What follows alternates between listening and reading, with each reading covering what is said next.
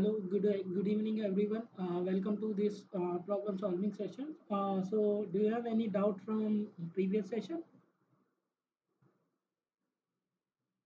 Anyone? Good evening. Any doubt?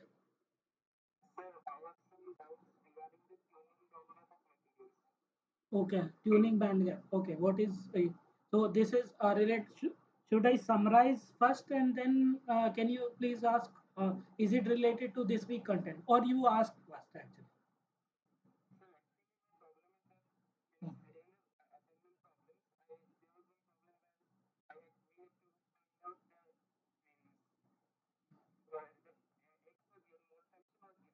Hmm.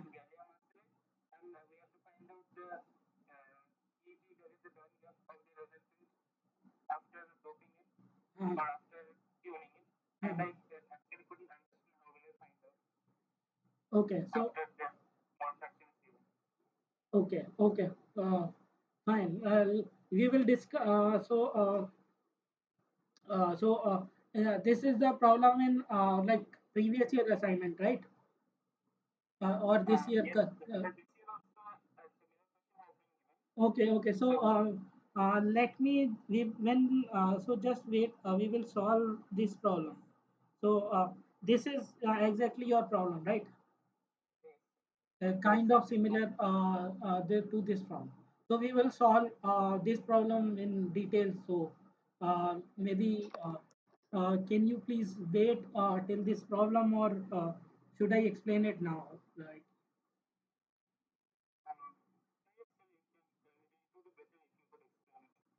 Okay. So basically, so there is a there is a like a rule in this basically what is the property of the semiconductor like the compound semiconductor is so when you mix two like different composition of different compound semiconductors, so basically you can tune the band gap. So there is a, I think, some Boer rules or Grover's rules, something is there. It just basically it's a well known uh, like balancing problem in material science, that if you balance out the composition, you can do different things. That's how the phase diagram of different material systems are drawn actually. So that's how like you prefer the growth basically. So in that basically suppose you want to grow some compound material, so basically on that what you draw like some on this x-axis you draw the mole fraction, and on the y-axis where you draw the phase boundary of those materials actually. So for example aluminum, it just follow this, and there are different combination actually. So this is, I think, for quaternary compound. So like that uh, so like the different kind of phases are there at different temperatures. So this if you like this suppose this is the liquid, and this is suppose this is the gas phase, and this is liquid phase, and this is solid phase. So this kind of a diagram exists actually. So depending on the mole fraction, you can tune the mole fraction of the gas float.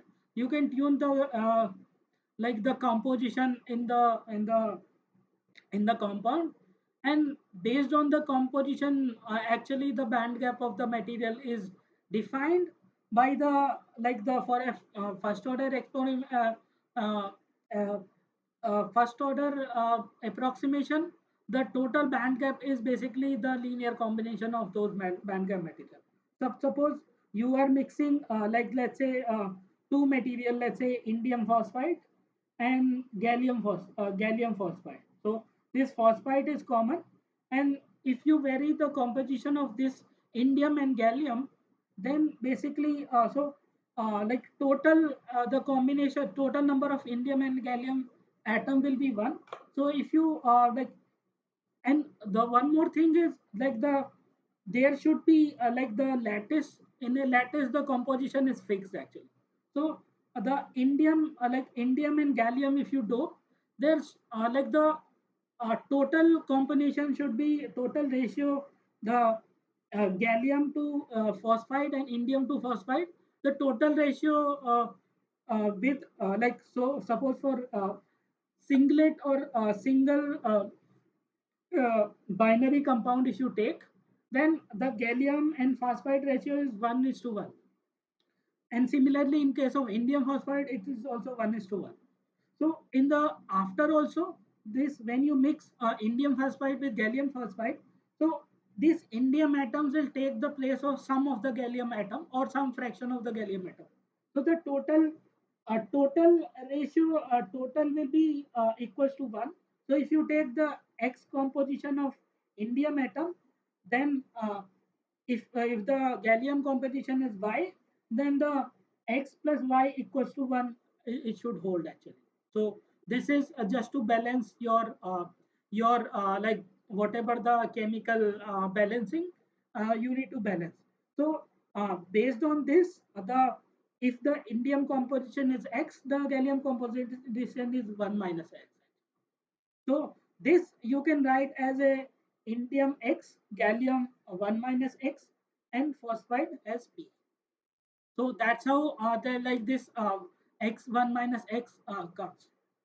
So now this is the combination, and the like the band gap of the compound material also follows the same ratio. So this is X time Eg of gallium phosphide plus 1 minus X time Eg of indium phosphide.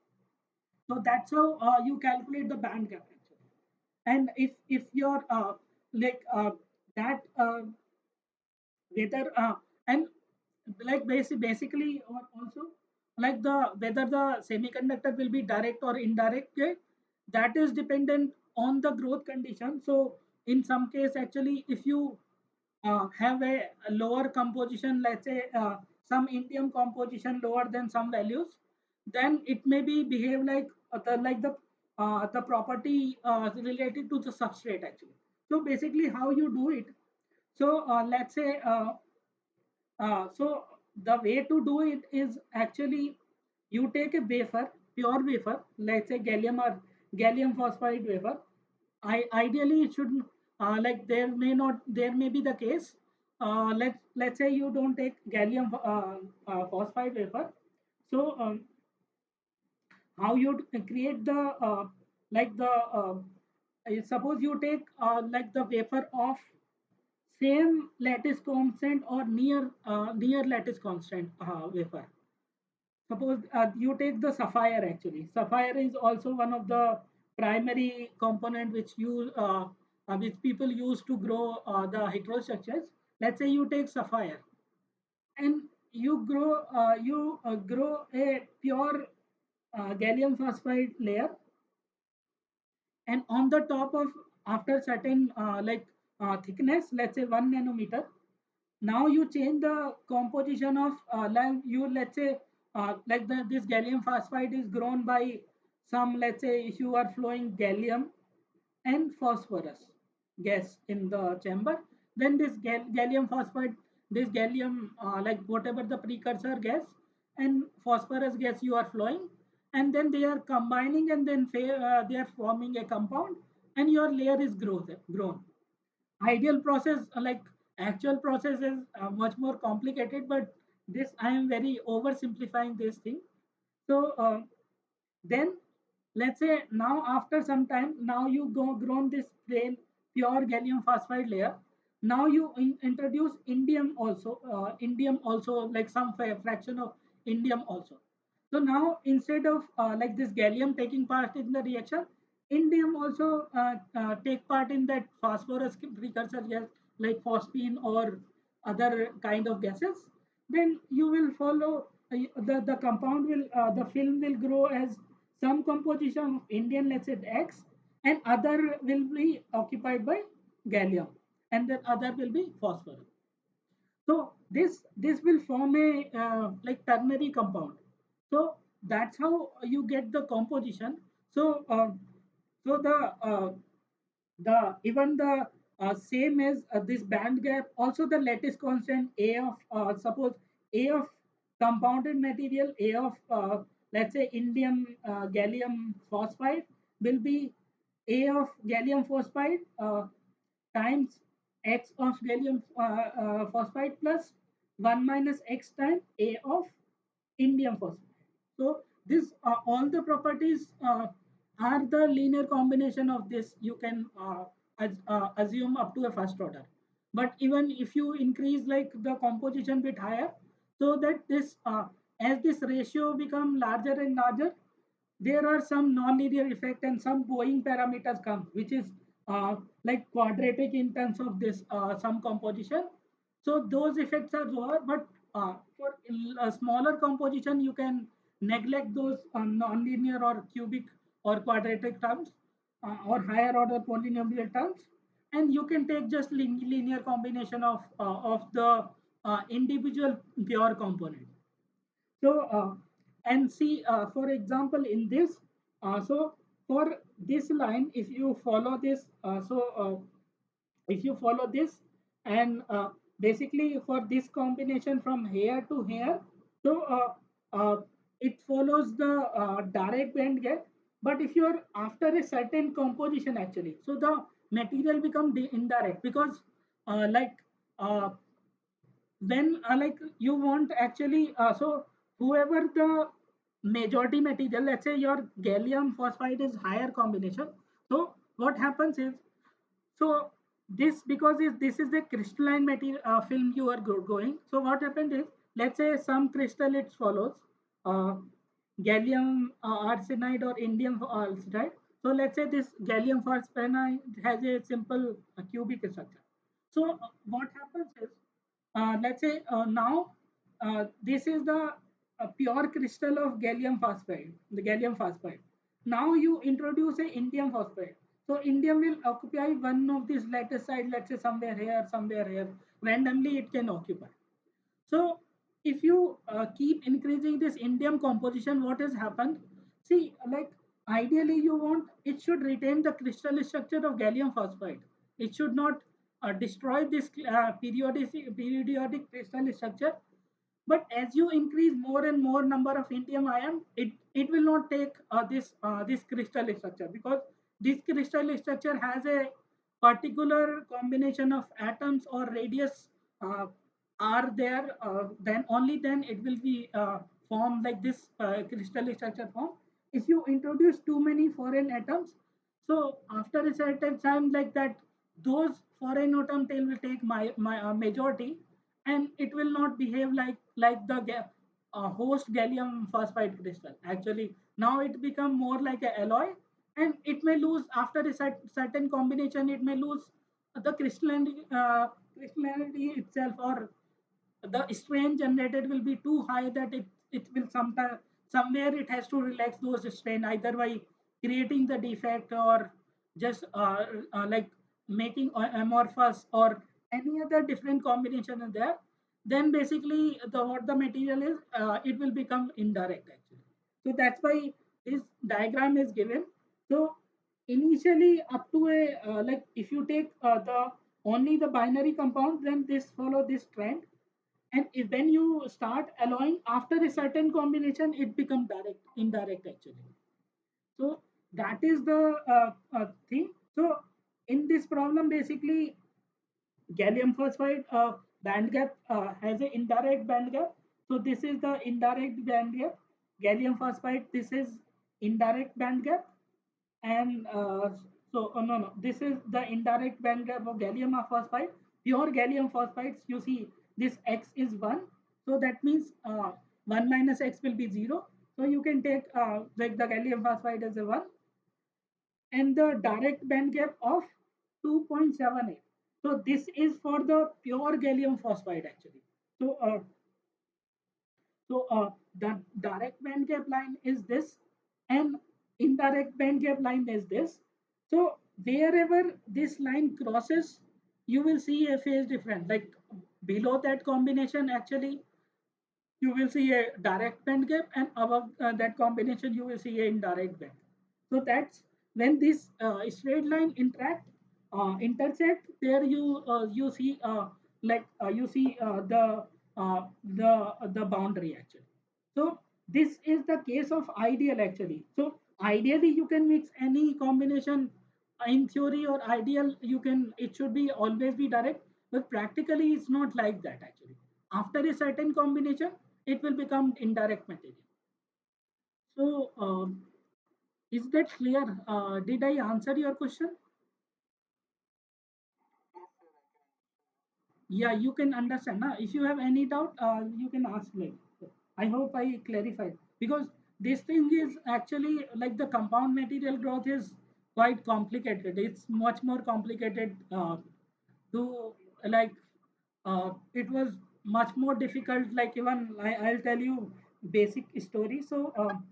Uh, like one like you know about this blue LED, how they generate blue. Yeah, so there is a very like motivating kind of or painful kind of stories are there. So you like the in the blue LEDs actually, and blue LEDs is fundamental actually. So all the LEDs which you see in the white LED or bulb in your home, you see, that is actually like it inherently it's a blue LED. So that is like the it was so fundamental and so necessary for LED, for that invention. Actually, what was there? So for other material like indium gallium arsenide or gallium arsenide, the band gap is such that you can generate red and green light. So, but if you so for before 90s, when the invention of without the invention of blue LED, only this red and green and some combination of this red and green was only available. There was no blue LED actually. So, what was the problem? Because this material can't get that high band gap and direct band gap, so that you can get the efficient emission of light. So, what was the problem? So, it was known that some very high band gap material should be suffice for that. So the some candidate was there. So one of the candidate was gallium nitride actually. So this and this material actually it's not natural material. So you can't get anything in like if you start mining, you won't get any gallium nitride or kind of semiconductor. So and this has a band gap around roughly I think 2 electron volt something or 2.3 something electron volt band gap is there, that falls in the blue and deep UV and those kind of band gap it falls. And that basically so this was like the this is compound semiconductor. So people realize that for blue LED actually they need higher band gap material, but the problem was they need to grow this compound materials. So this is very stories are famous. Like this one company was there for known as the radio RCA, Radio Corporation of America. So they were working on this like high band gap some material to grow some direct band gap, high band gap, direct high band gap material, but they failed actually. So they did not get very good film, and they did not get any emission, and they stopped the problem actually. They stopped doing research on that, and they started in 1970s or something. Like exact date I don't confirm, and the 20 years no one was able to get actually. So this so in this 1970s to some 1992, so the invention of blue light happens in 1992, and there people demonstrated the this blue LED with the gallium nitride grown films and gallium nitride junctions. So the problem was actually this lot of side reactions, and you need to optimize a lot for this. And these are not this is very hard to grow this material in even in now also it's a quite hard problem. So this two like one scientist, especially this pioneer Shuji Nakamura, it's a Japanese scientist. It's a very painful stories actually. He used to work for a company like Nishia Corporation, and very small company. They used to produce red and green some LED kind of structure, and like this guy started working very alone and very lonely for this material system. So daytime he used to he used to work quite alone in his for this gallium nitride growth. And it was known that like some of this it may work, but no one was able to achieve this experimentally actually. So then is 1992 this scientist demonstrated this the blue light emission from gallium nitride, and then people realized that it is a huge breakthrough actually. So after that, whatever you see your backlight in your laptop and smartphone, or all the displays you see backlight, that is behind that your display there is a white light actually. White light source is there. So that backlight source is your white light source is your that blue led actually. So without this actually no laptop screen nothing could work actually. And the light incandescent bulb, or not incandescent LED bulb which you see in your home, actually that is a blue LED. So what they do, so they on the top of blue LED they coat a phosphor coating actually. So that convert basically from blue to yellow light it convert, and by that phosphor coating, and your white light whatever is generated from your blue LED, that is a mix of blue plus yellow light generated from phosphor. Something 40-60 or 60-40 combination is there. So without this this invention of the compound get material, it is not like it was not possible. Whatever your smartphone and everything display you are seeing, it should not, and your light bulb and LED light bulb, nothing could have been possible actually. So this invention was awarded Nobel Prize for Physics in 2014. Yeah, I think 2014 it was awarded Nobel Prize in Physics, and that was like this. It's a huge like good kind of stories for this Gary. So I hope you may you get some inspiration or whatever from these stories or something. Like it was little bit off track. So so is that clear? Yeah. So you maybe you can read about this these stories about Professor Suji Nakamura. She's I think he is now in like UCSB, where this like the prime center for like compound material growths and those things. So yeah, so let's let me summarize this week content. So so now let's just formally get this started. Yeah. So the first description was in the this week summary was radiative recombination and uh, emission process, radiative absorption and recombination process. So what does the radiative recombination means actually? So so if you're so certain material like for example gallium arsenide, so there are different kind of materials are there. So one is few are direct band gap material. So one of those are direct band gap material, direct band gap, and other are indirect band gap. So direct band gap are like this gallium arsenide and some combination of indium phosphide, uh, some combination of indium gallium arsenide, those alloy combination, and the indirect primary material and the silicon actually. So that's why you don't see like the silicon LED you won't see actually in very commercial thing. A silicon photodiode you see, we will see like how the silicon photodiode can work, but you won't see, you can see silicon photodetector. You can buy from Thor Lab. Silicon photo detectors are very standard actually. So photo detectors still it's possible, but LED it's completely no. So someone ask you, can you So if you count the photodetector in an optoelectronic devices, can you, so like someone ask you a question like, can silicon work as a uh, like photo, like optoelectronic devices?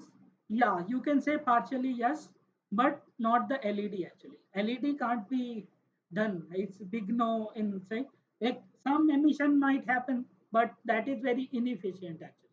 So you can't generate a light with efficiently with silicon actually. So the reason for that is actually is because the like the band structure. So when you arrange silicon atoms in a silicon crystal of silicon, that is diamond cubic crystal, so this form a indirect band gap semiconductor. So what is the mean of indirect band gap? So if you draw EK band diagram, which we studied in the first class. So this on this axis this is k, and on this is let's say this is k equals to 0, and this is k equals to like the negative direction, and this is k equals to positive. So if you draw the ek diagram, I am drawing very simplified ek diagram.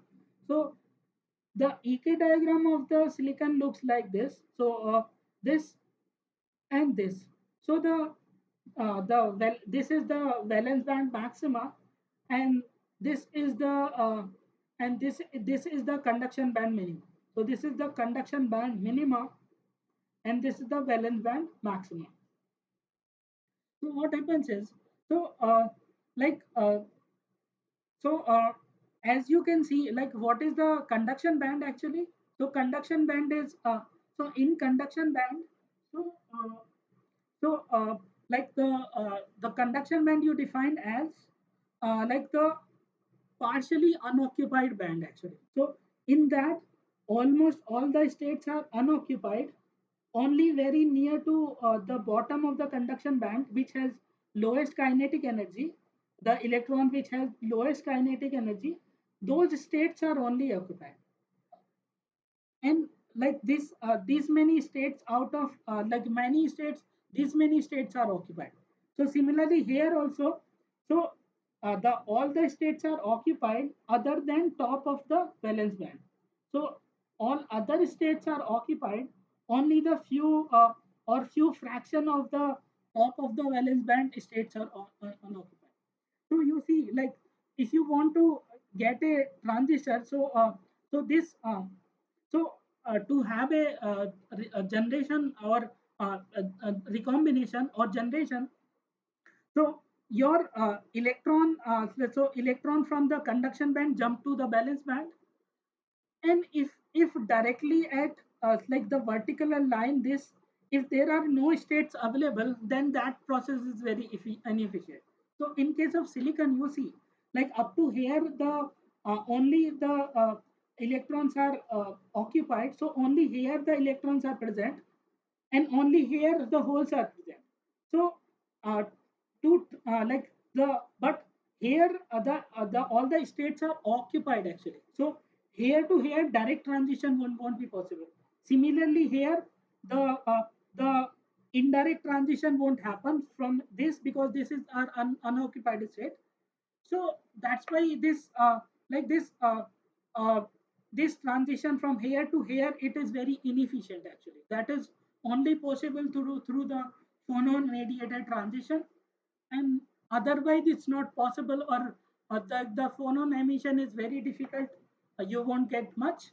That is very efficient inefficient process. So from here to here, like the direct transition to happen, because in the your uh, uh, valence band branch there is no unoccupied state for electron to transition. And but how the silicon can work as a photodetector is, see, like these are the unoccupied states are there, so these unoccupied states are there. So what you can do, so in the valence band actually this the top of the valence band states are only unoccupied, those are holes actually, those you can model as a hole. But near to the hole there are occupied states. So like this the excitation of this to this is not possible, but you can excite this electron which is occupied state to this unoccupied state. So this can take the higher energy like radiation it can absorb, and then like this can relax to lowest ground state. The electron get excited to this unoccupied state, and now this, because this is not the minimum energy position, this will relax to non-thermal or like thermal generation or non-radiative recombination. It will take place and it will reach to minimum energy position. So that's how your silicon can work as a photo detector, but not as a LED actually. So, but in case of direct band gap material, actually, so direct band material, the EK diagram is such. So, like the EK diagram is, this is if the, this is the conduction band, this is the conduction band edge, and at the same level you have the, this the valence band edge, and if you call this as a k equals to 0 and this is a k, so the here the electrons are occupied here, and here the holes are there. So and this is the occupied electrons at holes. So I am drawing a few, but there are many actually, and these states are unoccupied.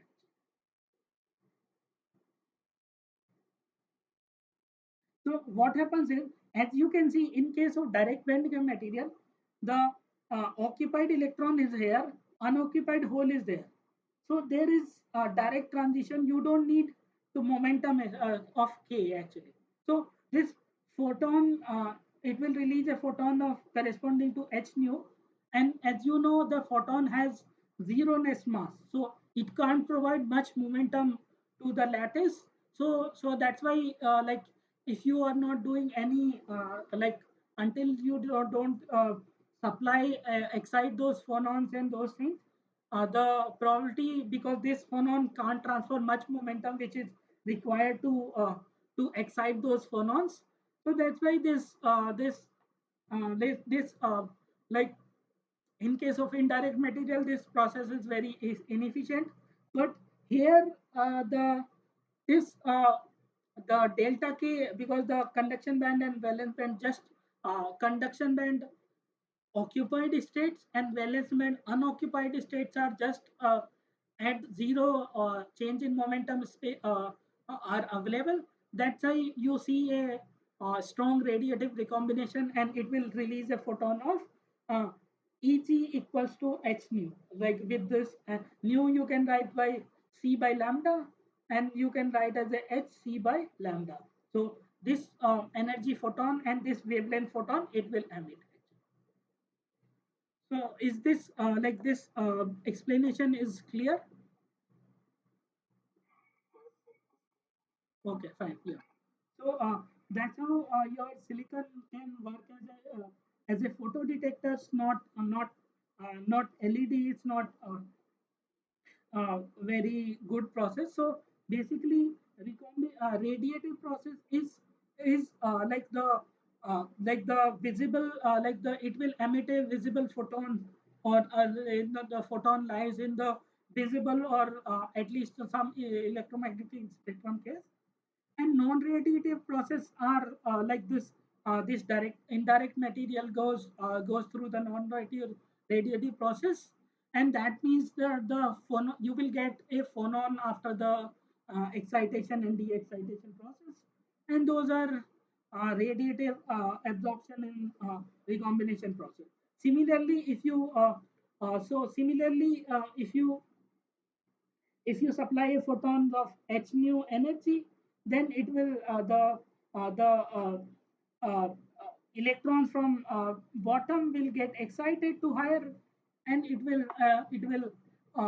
absorb uh, the photon, and it will behave like this is like from conduction like absorption of photons.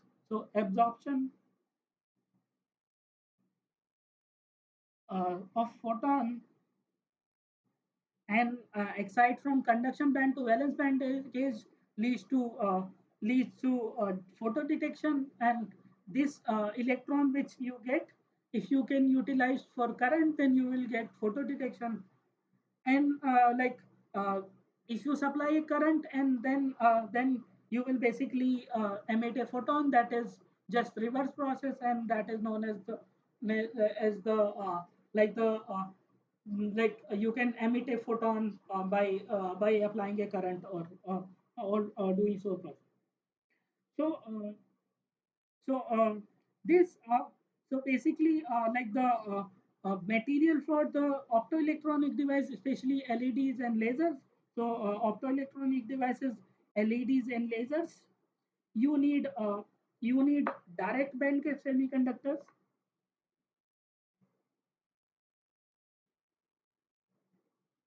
And like this with this direct band gap semiconductor, you can get the efficient emission. And like that the materials for this kind of structures, the direct band gap materials are like gallium arsenide, gallium nitride, and indium gallium nitride, uh, or indium phosphide, these kind of different. And the like alloying of this, and gallium arsenide, and these kind of materials you use, and these are primarily direct band gap materials, and like those you use for uh, for your LEDs and other kind of materials. So other kind of devices. And so basically how like the uh, how the how the LED works is actually. So let's just discuss. So how the LED works is basically you make. So ideally, you can make ideally LEDs by just making a PN junction out of the material. So basically, you you make a P-type, let's say some direct band gap material you are taking, and you are taking, let's say, P-type material. This is P-type, and this is N-type. Let's say if it is uh, if it is direct band gap material, let's say gallium arsenide, then if you make a junction, and if you forward bias this junction, and for LED material actually is made like this. So uh, ideally for LED material, the so when you flow a current, actually in this region, the depletion bit, the uh, electrons holes are depleted actually. So what happened is when you flow a current in this, so the electron hole pair will get generated within this junction. But what happens is, like in the normal PN case, they may recombine before generating the light.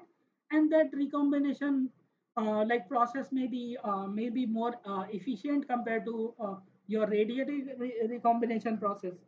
And also in this kind of devices, so ideally your the photons which should be generated, that should come out of your material. So this kind of simplified structures are not good for the for the your LEDs and those kind of materials. And you make this kind of heterostructures actually. So uh, so as you know, you can tune the band gap by just by alloying. So you can use this suppose this is the gallium arsenide, then you use aluminum gallium arsenide, or this aluminum gallium arsenide. So this has a some large band gap materials.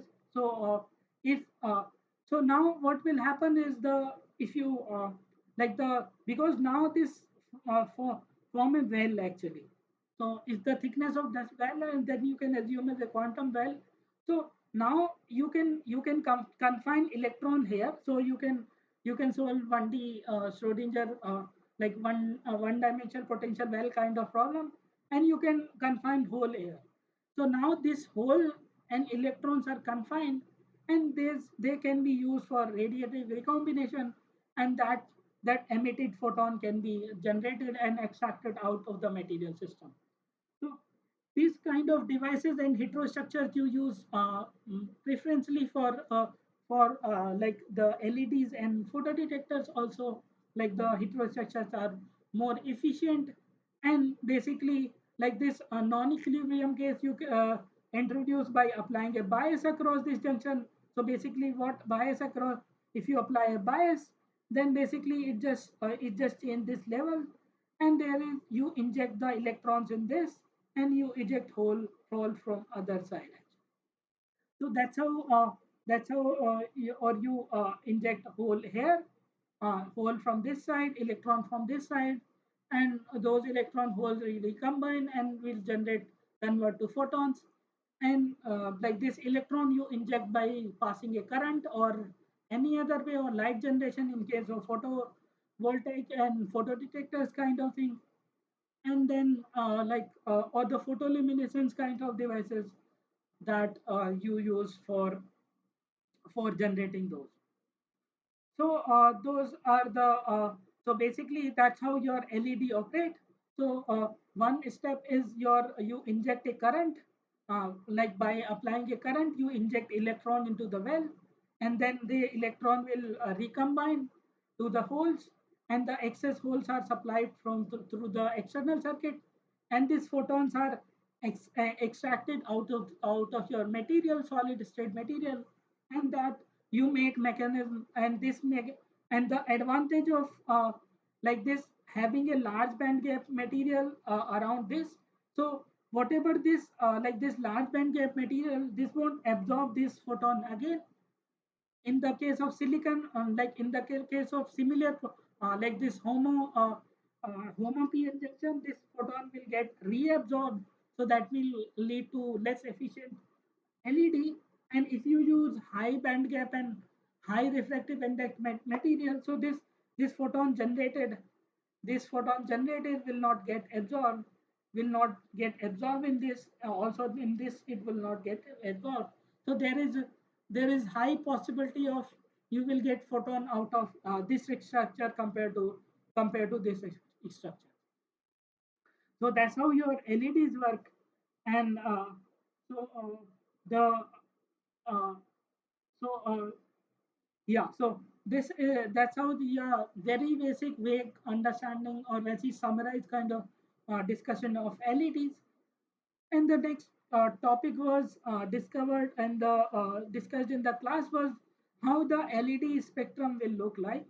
So if you draw the spectrum, so basically like as you see like here, the uh, the total number, how many numbers of photons you can absorb, is dependent on how many available states are available in the conduction band, occupied available states are available in the conduction band, or unoccupied holes are available in the valence band.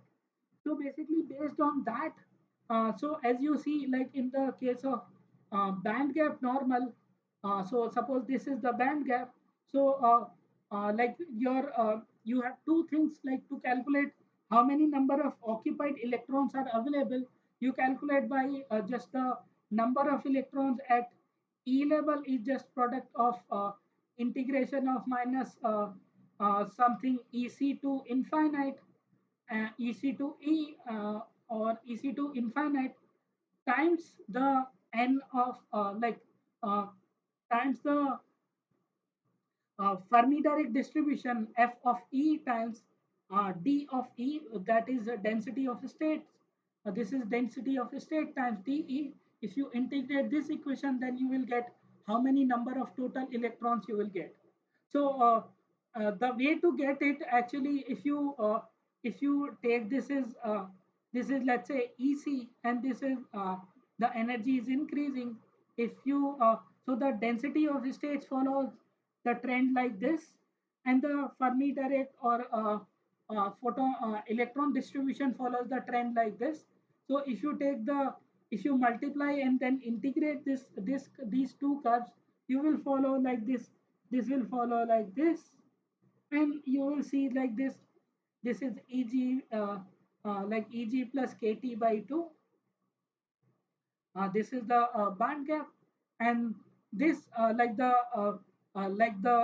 emission spectrum looks like this, and this is the full width half maxima. The energy band gap full width half maxima of this is your delta lambda or Eg. Delta E you will get, or you can calculate the delta lambda corresponding, and that is your how much minimum and maximum wavelengths you will get from your spectrum. So that is your spectrum of your LED will look like this. So if you put more and so for example more and more high energy light if you put, then this emission spectra will follow this trend actually. So this was the spectra of LEDs, and also one of the few one of the like primary like devices which was invented in late in solid state system in late some 80s or late 90s, those was laser actually. So laser so what is the meaning of lasers? So this is light amplification by stimulated emission of radiation. So, very classical theory was like this. Lasing problem was solved by Einstein has figured out this problems of lasing. Actually, theoretically only he solved this two-level system, or like the how the two-level series A and B coefficient. So he put a paper on like the this lasing action, how this happens, and the idea was theoretical idea was there, but experimentally first people demonstrated the measure. So that is just equivalent of lasing action, but this instead of light it's a microwave. So basically that microwave amplification by stimulated emission of radiation, and that was demonstrated by first by 1952 or 53 around time by Charles Towne.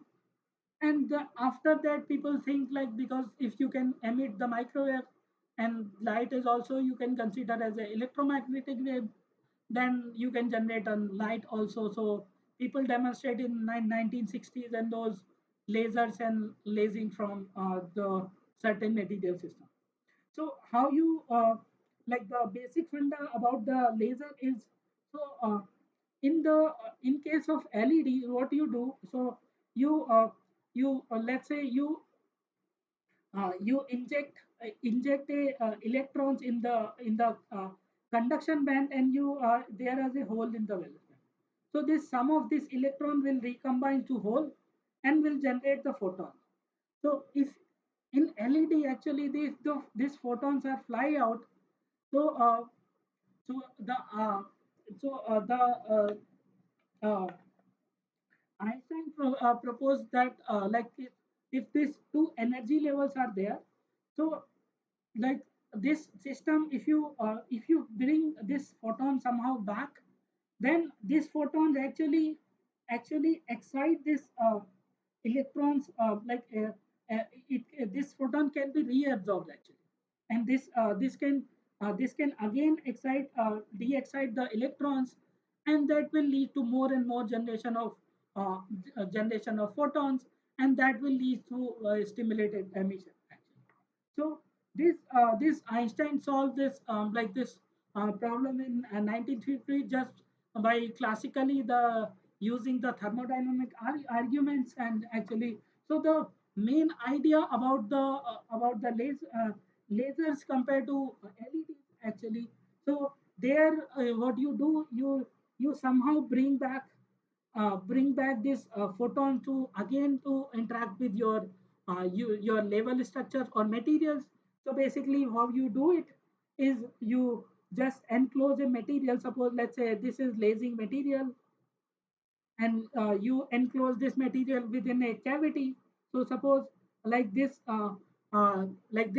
you enclose a material and inside a cavity. So if you inject a light, So this mirror, let's say this is a partially reflected mirror. So some light it will pass, and if you pass a light to this, some light get reflected and some light get passed, and this material will absorb the light. It will generate a photon, and in all the directions. So if the photons are generated, and this photon generated again, this by they like they reflected back again to this again material system. So basically like this they take round and round path, and because of this cavity actually the generated photon also cause de-excitation of those higher energy levels actually.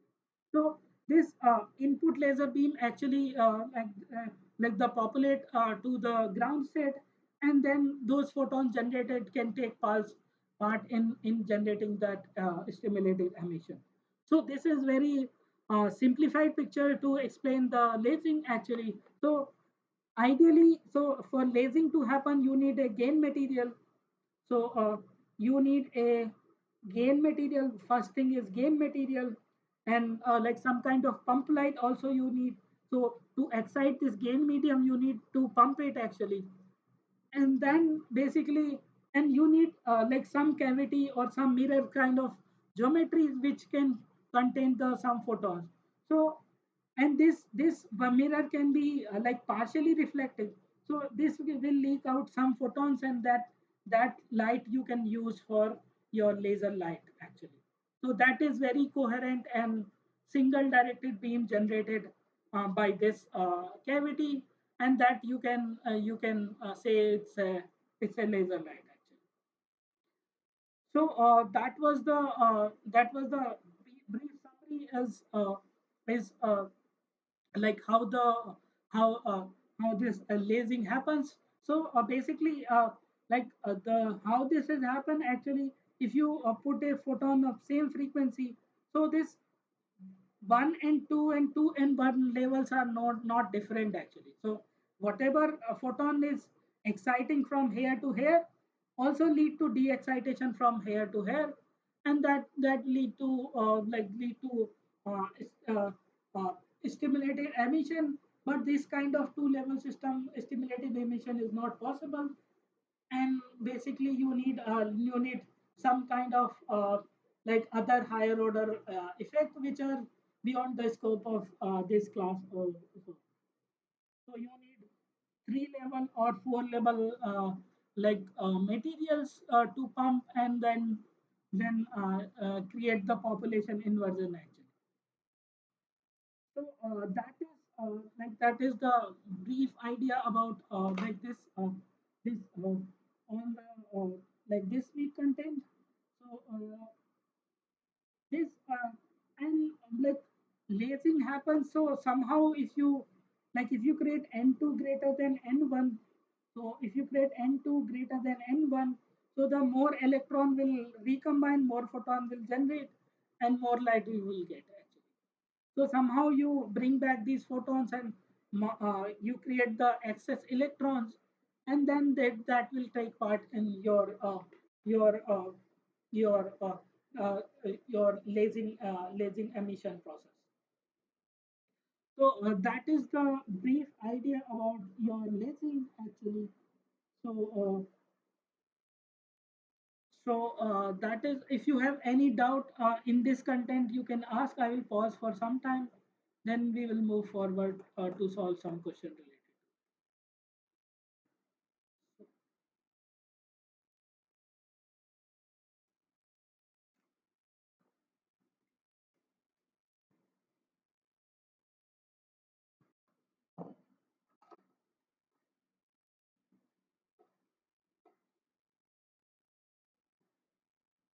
So yeah, so let's just yeah, yeah, everything is clear. Okay, fine. Okay, yeah. So I hope I did not rush through. If you even if you have very any doubt, you can ask like if you have. So because this is like kind of undergraduate level, like sometimes too deep is also a bit problematic, because like this lot of things are involved in this, like describing this two level system, like like nowadays quantum mechanics, thermodynamics, electrical engineering, everything it's very interdisciplinary, optics. Like lot of things are involved in like very simple like this kind of devices actually. So to fully understand and fully describe the system, you need like understand few different physics and like those kind of quantum mechanics, and especially the thermodynamics to understand like those things is needed actually. So yeah, so that was the bit brief about this today's class actually. So let's just move straight forward to solving some question related to this class. So uh, so now let's just so in a two-level system, so this problem described a two-level system. So how do you describe? So let's say these are levels, and these are separated by some energy gap Eg, and this levels has a so as you can see, even the band gap has a finite width actually, so it can host a certain number of electrons, and this also can host a certain number of holes. So let's say this case, this we simplify this particular level contain n2 number of states, and this particular contains the n1 number of its denotes the carrier density around the ground and excited state, and Aij and Byj are Einstein AB coefficient respectively. I and J represent from transition from I to J. So this is one level, this is two level. So this we have A21 and uh, this like this, and so we have A12, B21, A21, and B12.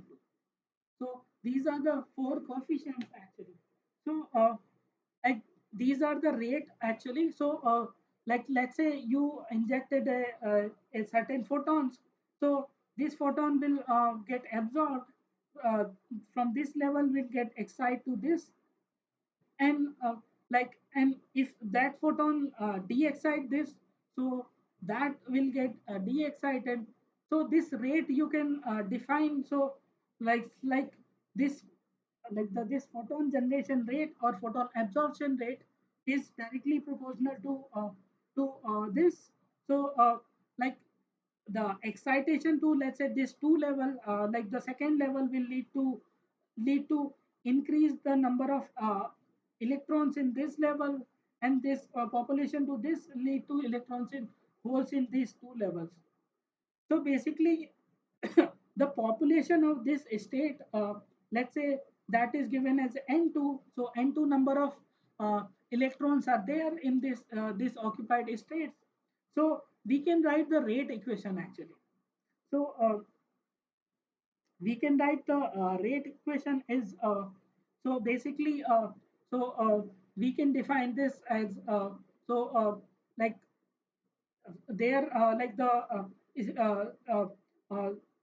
like the spontaneous absorption will take place like this.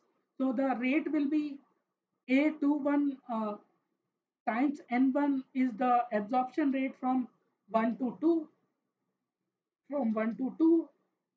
Similarly, uh, the uh,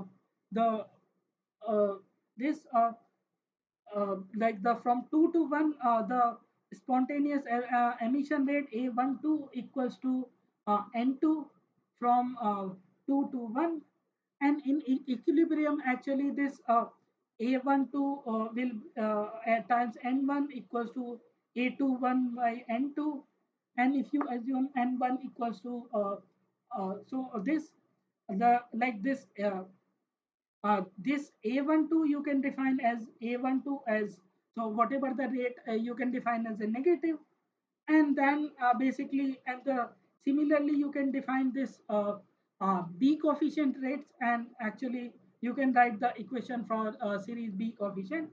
So that is so this is the spontaneous emission rate, and the stimulated emission rate actually is so basically the number of electrons you are injected in this rate actually is proportional to the photons which getting absorbed, and population is getting absorbed. So basically, like the population into this state actually you can write as this. So you can write as like the dn2 by dntt equals to you can write as uh, uh, uh, you can write as a you can write a21 times n2. So basically a21 is injection of this whole, and that because this is negative, because this dn2 by d2, or you can write the negative this rate, and because of the addition of this photons absorption as the photons, addition of this electron to this level, basically you can define as a negative base. Basically the with time actually the spontaneous emission rate is changing by this equation. So you can write this equation corresponding to this, and you can write this is wrong option, because like as you like rate of change of population of this level, it should be inversely like the negative to the rate of the flow of the electrons at this level. So the correct answer will be this one, third one, and other options are wrong. B21 is related to stimulated emission case. So the emission will take with the help of a photon mediated process actually, and similarly this is also wrong. This is also wrong. So spontaneous emission process is basically like you are just photon get absorbed into this, and the like your generating photon does not take part in your process, or in your spontaneous process. So the correct answer is this one. Yeah. So is there any doubt in this? I know it's bit vague in this course, but yeah. So yeah, if you have any doubt, I can clear in detail this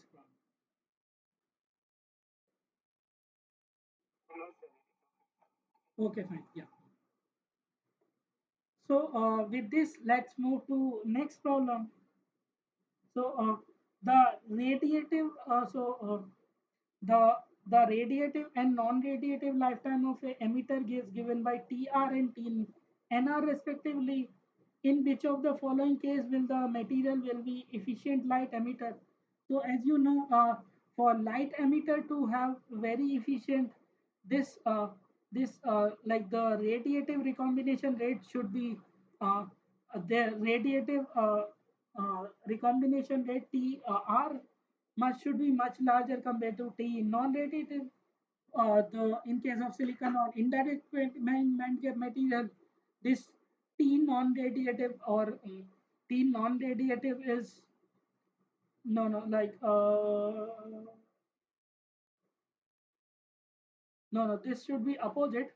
The lifetime should be less actually, and your rate should be less. So the correct answer will be T radiative should be much less compared to T non-radiative.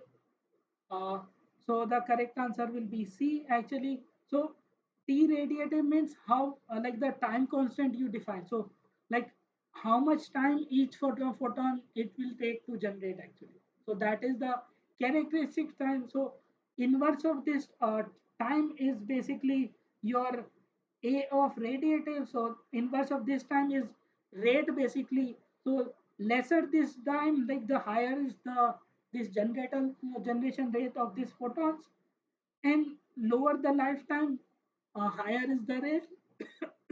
So that's why you see more and more efficient radiative recombination rate, and you see more and more light corresponding to that. So the correct answer for this should be like a third one. So T of tau of non-radiative is much lesser compared to tau of non-radiative. So you should be very clear with lifetime should be smaller, rate should be larger. So the rate is in inversely proportional to lifetime of this state. and that is that is the answer to this problem. So with this, let's just move to next problem. So the photoluminescence is a phenomenon of re-emission of a light after absorbing a photons of higher energy. So an electroluminescence is a phenomenon of emission of photons by supplying a current. So basically, like the like certain material which shows the fluorescence, actually you will find like different kind of material which shows the fluorescence, that kind of so basically what you do in those kind of material, you this suppose this is the a band diagram, and if you uh, put a light, and that this will absorb a light, and after absorbing this light, this will go, electron goes to here, again they will emit a light of different photon.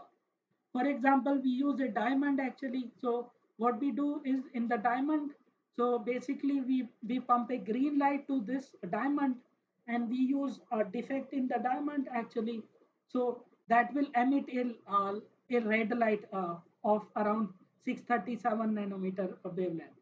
637 nanometer wave. If you put a green light of 532 nanometer, they'll emit a red light, and it appears quite bright and actually colors actually. So those are typical example of photoluminescence, and you see different example like when a light falls into to certain materials and they emit a different colored or same colored light depending on the material properties. So that is the phenomena is known as the photoluminescence. Basically, you are putting a photons, and it just illuminated those photons or of different frequency or same frequency, depends on the material properties and how the band structure of that material looks like. And the electroluminescence, so basically LED is a electroluminescence devices. So what you do, you make a heterostructures, and you inject electrons to this heterostructures. So you may inject electrons to this structures, heterostructures, and holes to this side, uh, goes to this side, and that will lead to like the absorption of photons, like emission of photons, that will lead, and that is like the emission of photons will take place, and that is like by supplying the current to the junction or any other material actually. So that is the phenomena of electroluminescence, and that based on the this like the our option is both S1 and S2 are true, and like the other option is S1 is true, S2 is false, that is wrong. S1 is false, S1 is true, this is wrong. Both S1 S1 false, this is also wrong. So this was the one of the problems. So if you have any doubt, then you can ask, or otherwise I will move to next problem. So this like this problem as we described initially, so the gallium phosphide has given a band gap of this, and indirect band gap of this, direct band gap of this. The band gap of the alloy semiconductors varies approximately linearly with the combination composition, and direct band gap is possible only for X composition less than 0.45, and the energy gap at X equals to zero point 0.5 makes the alloy composition direct band gap, and is basically it's asked what is the band gap. So basically in this problem you don't need to do anything.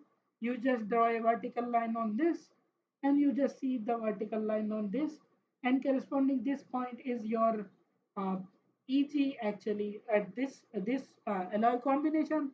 So you see this is around 1.95 or 1.96 electron volt actually. So the correct answer will be 1.95 electron volt. You just need to see at what combination. So At this combination, it will generate the light corresponding to this, and that will be direct band gap, and this will be similar to the LEDs. So with that, actually, I think this was like based on our explanation, this was fairly straightforward problems. Let's just move to next problem actually.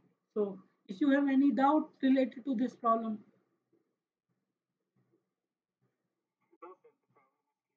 okay, fine, okay, yeah, sure. So this like in these problems actually the two statements are given for bulk material. LED made of for silicon and germanium are more efficient than LED made of gallium arsenide. So gallium arsenide is direct band gap material and silicon and germanium are indirect band gap. So the LED is made from silicon and germanium will be less efficient and energy. So this will be so this is indirect band. So this statement is false actually. So LED with the silicon and germanium will be less efficient, like by a factor, and compared to the gallium arsenide. Silicon and germanium cannot emit efficient light as they have both have indirect band gap material. That is correct statement. So like both, let's see that how the choices are. Both S1, S2 are true. This is wrong. S1 is true. S2 is false. This is also wrong. S1 is false. So this option C, S1 is false and S2 is true. So this is the correct option. Like third option is your correct option.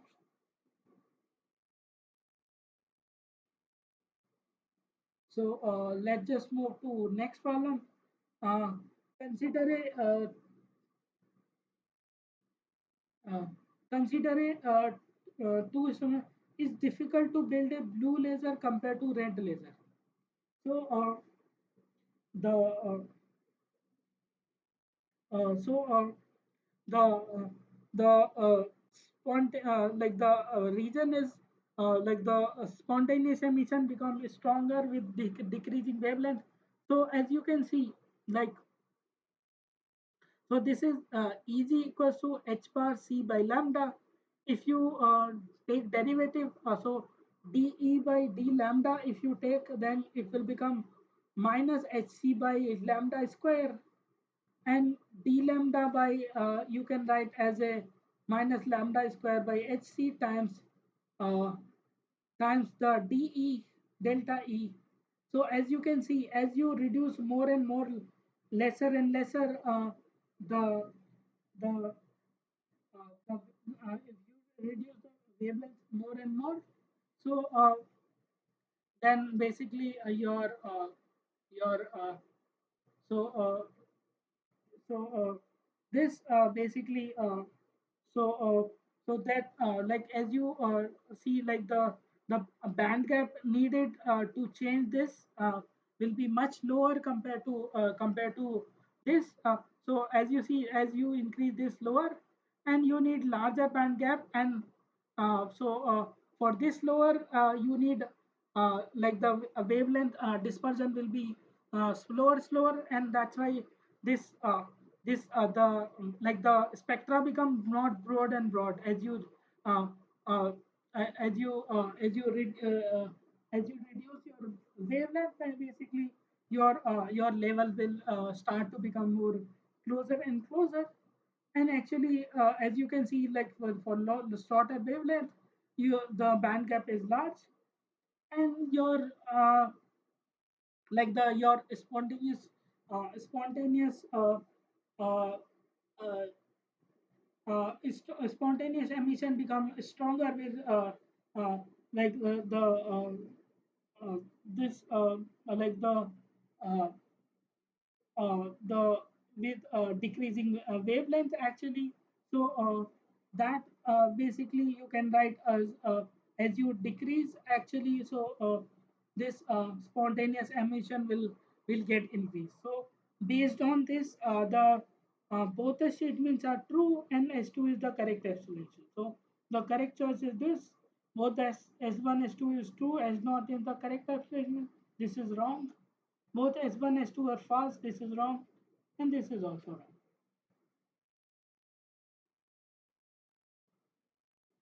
So with this, let's move to next problem. So this is important problem. So consider a band gap of 3,5 compound semiconductor as shown in figure below.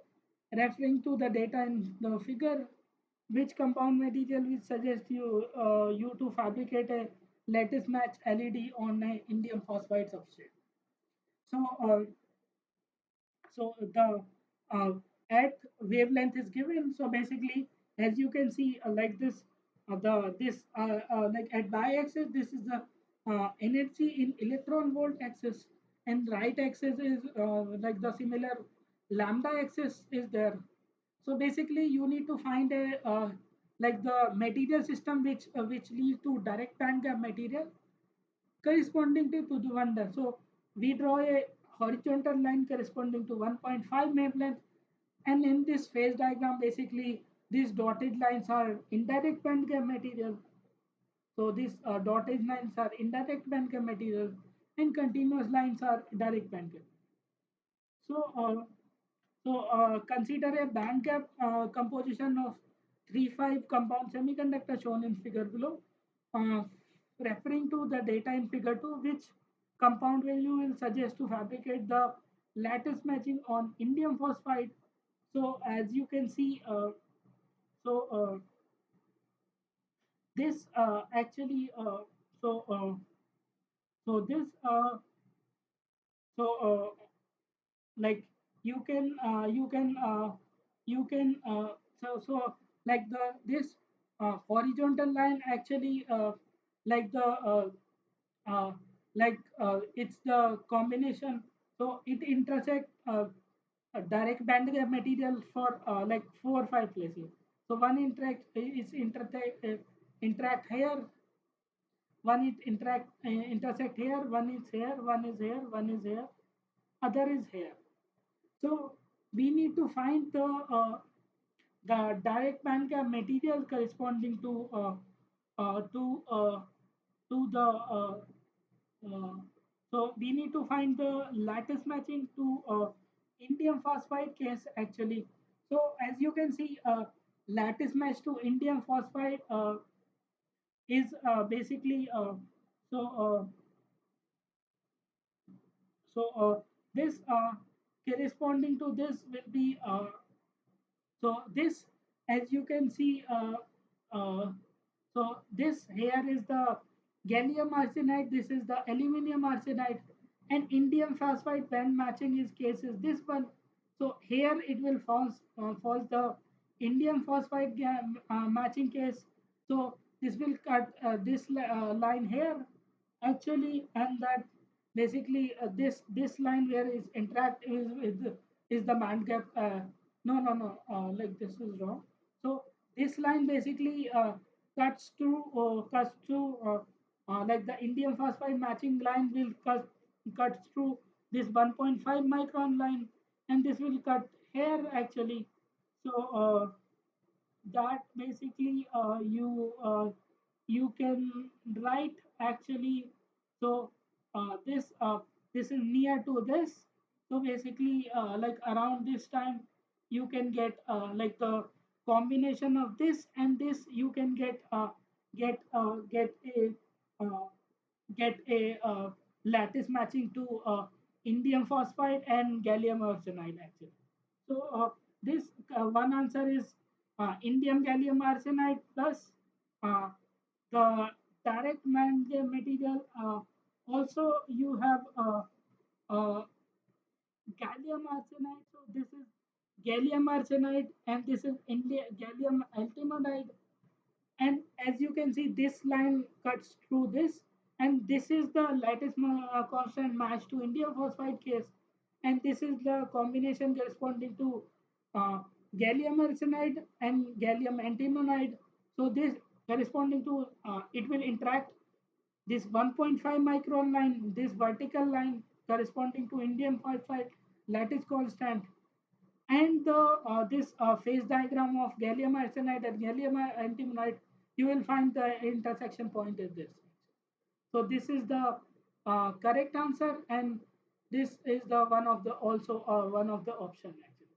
So two options are there. One is indium gallium arsenide. So this is combination of gallium arsenide and indium arsenide. Another is combination of gallium arsenide and gallium antimonide. So the correct answer is C and D, and all other options are wrong. So this is wrong and this is wrong. So I hope it is clear. So basically you need to match three things. One is the lattice constant which correspond to this vertical line drawing to that lattice constant this. Other is the wavelength correspond which drawn by horizontal line this. And the intersection of this continuous phase diagram with these two lines will lead to lattice matching with direct band gap semiconductor. So that's how you will find the different combination actually. So I hope this is clear actually. This question confused a lot of people, including myself, but I hope this is clear.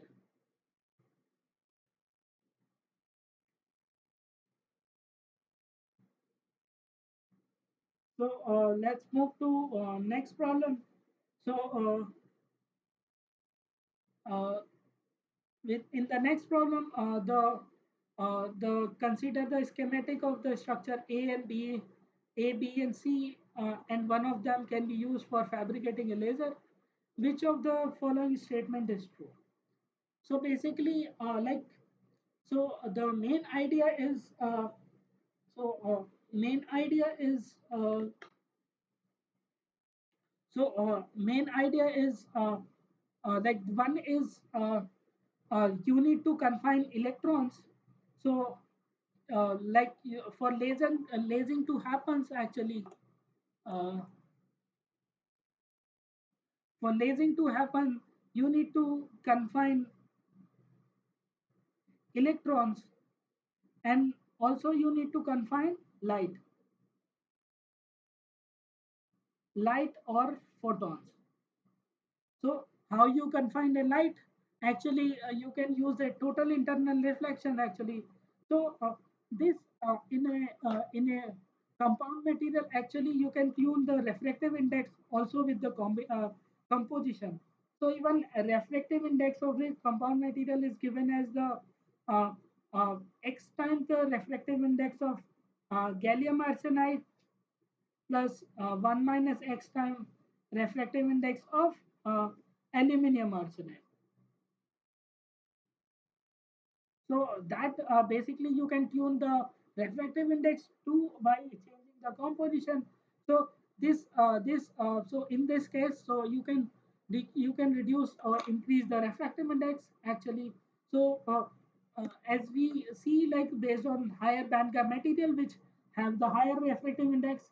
So basically, so what is does is that this has more so let's say this is n1, this is n2, this is n3.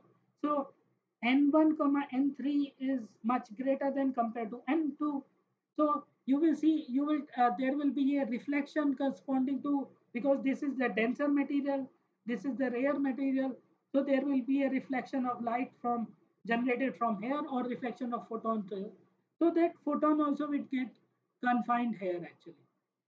Also because the electrons are confined with this well, actually that now this fulfills the condition of both electron and photon confinement. So here actually here in this case, in second case, although it will confine the electron here, but the it will confine it will not confine electron here, but it will confine, it should confine the electron at the top of the valence conduction, bottom of the conduction band, and it should confine holes at the bottom of the valence band actually. So this is the wrong actually, and they are here like this is the normal bulk semiconductor band diagram. So there will be no photon and no electron confinement. So The structure A, as it confines both electrons and photons, being a double heterostructure. So for efficient laser to operate, and also you need in other dimension you need to match such that the round trip time of your photons is equals to your cavity free spectral range, or free spectral range. It's integral multiple of your for your wavelength, right? And those.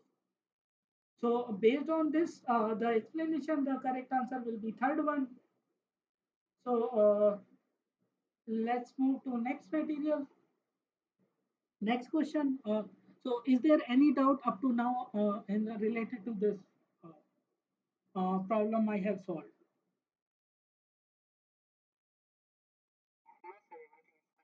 Okay, fine. Okay, yeah, sure. Thank you. So let's just move to next problem actually. So consider the IV characteristics of the various light emitting diode made up of different materials as shown in figure below. Choose the correct statement with respect to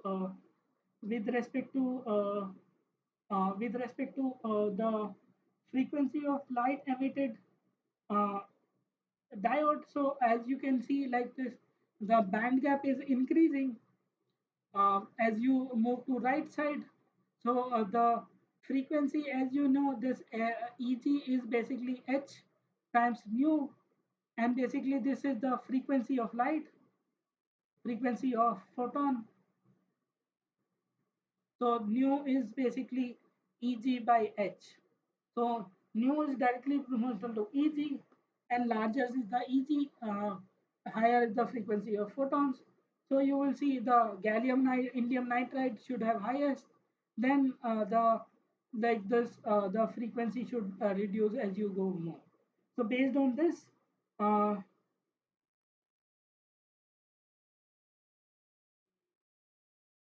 based on this, so the based on this, the correct option will be the frequency of gallium indium nitride should be higher. In this option, the frequency of gallium indium nitride is given smaller compared to the allium phosphide. This is wrong because that should be higher. And this in this gallium indium nitride, gallium phosphide, and gallium arsenide. So gallium indium nitride is here, and gallium phosphide is here, and gallium arsenide is here. So here to here, the frequency will get decreased. So this may be the correct option. And frequency is germanium is larger. That is wrong because this has the lowest band gap, so it will have lowest frequency. So this option is also wrong. And in this case, the frequency of lowest frequency of silicon is given, but so so the correct option can be so this the frequency of germanium, silicon, gallium arsenide, indium phosphide, and in gallium indium. So this option also can be correct, and that basically this option can be incorrect because this germanium and silicons are indirect band gap material. So you can neglect this bottom two options actually. So the correct option will be third one actually. So you should select the direct band gap material for LED material. So option third can be correct, but because germanium and silicon can be are indirect band gap material, so this option is also wrong in that sense.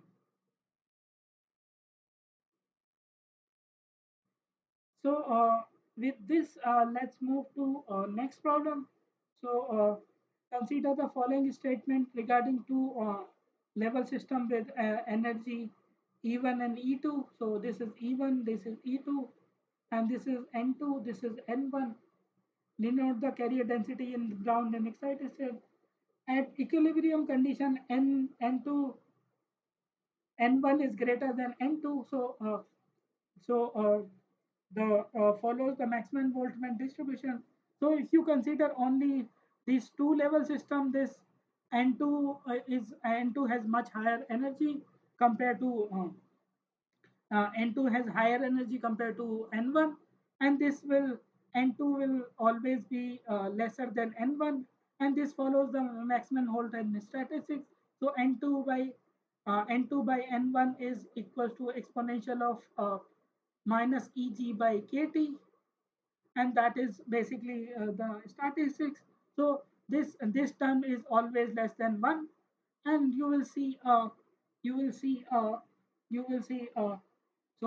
can write this as a h nu minus Eg by Kt, and for a photon higher than the energy of the band gap, basically you can get this energy if N2 must be larger than N1. So when so at equilibrium N1 and N2 greater than N2 follows the maximum Boltzmann distribution. This is the correct.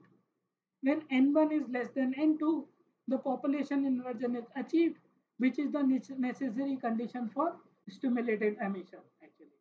So the so for stimulated emission to happen, so this rate like emission rate is much larger compared to this rate. So this for that actually N2 must be greater than N1 if your density of state G1 and G2 are equal. So G1 equals to G2, or you can write as a uh, this right is a G1. So this right is the N2 times G2 equals to N1 times G1. So that should match. Then only or this should be greater than this one. So then only your stimulated emission will take place, and both so the corresponding to option, both the options are correct, and both options are true, both options are false, this is wrong. S1 is false, S1 is true, this is also wrong, and this is also wrong actually. So based on these choices, the correct option is basically like this first one. So that was like the correct option.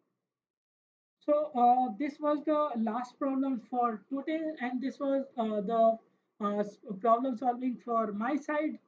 So if you have any particular doubt related to the problem I solved today, you can ask, or you have like any doubt related to the session we covered or even covered in the class, because this is actually the formally I think is the last session of this kind actually.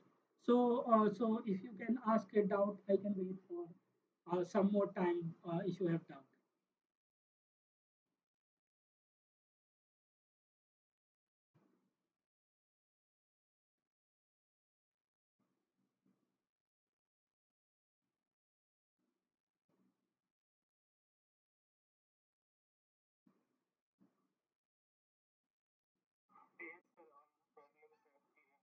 Okay, so okay, fine. Yeah, thank you so much.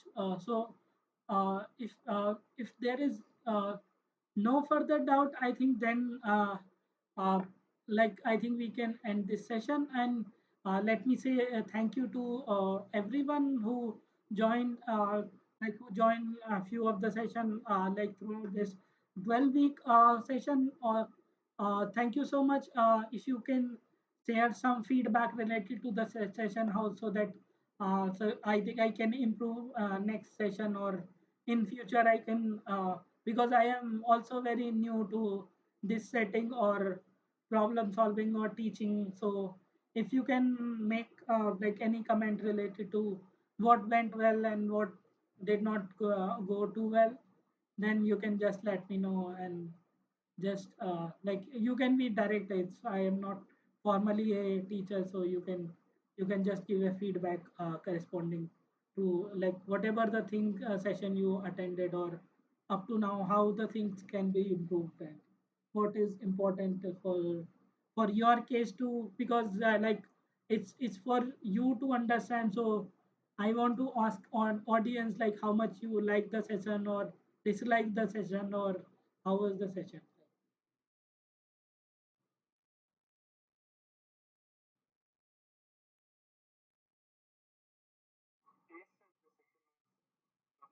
Okay, so thank you so much for. Okay, yeah. So Sanjeev, you were saying something, yeah. Okay, fine. Yeah, I hope like it's nice to know. I wish you a luck, good luck for all your future thing. I will maybe next week I will take one more extra session, but I think that may be optional or something. So I will one more extra session I will take next week on Tuesday. So I hope we will meet next time. But formally, the officially this is the last session. So I hope like this time I'll see like the peoples are like few peoples are quite consistent and people are actively asking doubts and like that in turn solves the purpose of doing these life sciences because the NPTEL main lectures are online and there is no feedback in that. Like I see like the lot of people asked out this time, so I feel happy about those things because it's for your learning. And so if you can ask out, that gives me a pleasure, and I am very happy to clear your doubts and those things. I hope like sometime I get gone into much details of like sometimes necessary, sometimes unnecessary. So like I hope I did not digress too much away from the contents. And like yeah, that was like the sometime I knowingly like just to keep you motivated about the problem, I just knowingly sometime digress, and sometime unknowingly I also digress from the main content. So I apologize for that, and I say thank you for your active like asking questions and just letting your feedback known to me. So just enjoy your learning and have a great time in life, and in general keep learning and have a I hope these sessions and this in general NPTEL environment, this is quite social experiment actually. So I hope this is successful and you just learn, even if you learn 10% or 20% of this, then that solve the purpose of like this conducting these sessions and like those kind of things. So with this, if you have don't have any other doubts, so we can end this session. I once again wish you a luck for your exams for this exam with this course, and all your next semester course or all your future endeavors. I wish you a very good luck, and like you keep enjoying and you keep shining in your whatever you do, in not just related to study or like whatever you take up. I hope you have like very great time ahead. So thank you so much for patiently listening these sessions, and I enjoyed explaining this session. Like sometime I did not do justice, and sometime I do. So like that is a part of learning for me also. So thank you so much for your patience. I hope like we may cross the road in next session. Like I may like this may be I think I need to do this TA activity. I think one last time because my tenure is about to over for this fellowship. So I will have maybe next semester may have this session in some other course or some other like kind of different course. I may have this session, but that is not still clear. So I wish you a good luck, and just keep learning and keep enjoying and be happy about the different thing. Keep getting excited about this semiconductors and those things. It has a quite great history, and it will be a great future. It's especially like this, it is a part of revolution which you see in your whatever the smartphone you have in your hand or laptop you have in front of this. Every gadget device, not devices in say like your cars, your mixer, your grinder, your washing machine, everything you have in your home which you see daily, like that has some impact of the course which you are studying, this course you are studying. So that is that much relevant. So I hope you enjoyed learning this course and you understand those things maybe better sense in your future a more application oriented course of this devices and those things. So I will say thank you so much for listening and like have a nice time. I wish you luck and good night. Have a great time. Yeah. So if there is no doubt, then we can end this session. So we may be meeting next week, same time. So, but this, yeah.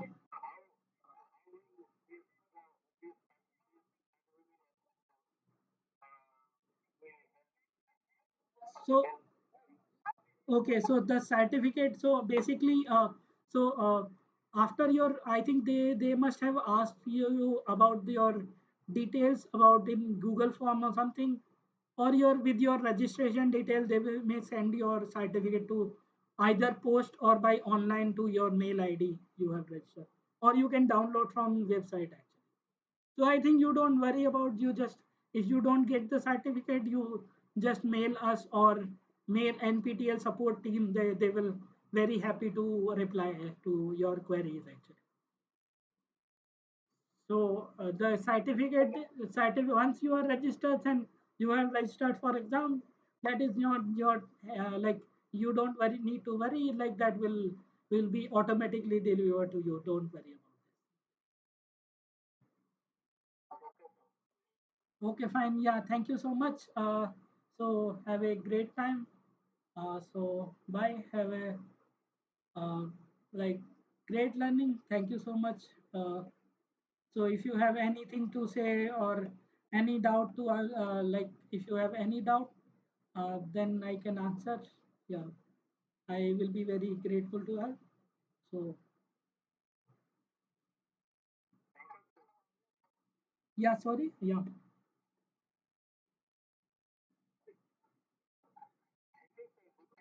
Okay, good night. Same to you. Thank you so much. Bye. Have a great exam, and you. I hope you shine in the exam, and in life also you shine. So thank you so much. I'll end this session now. So have a great time.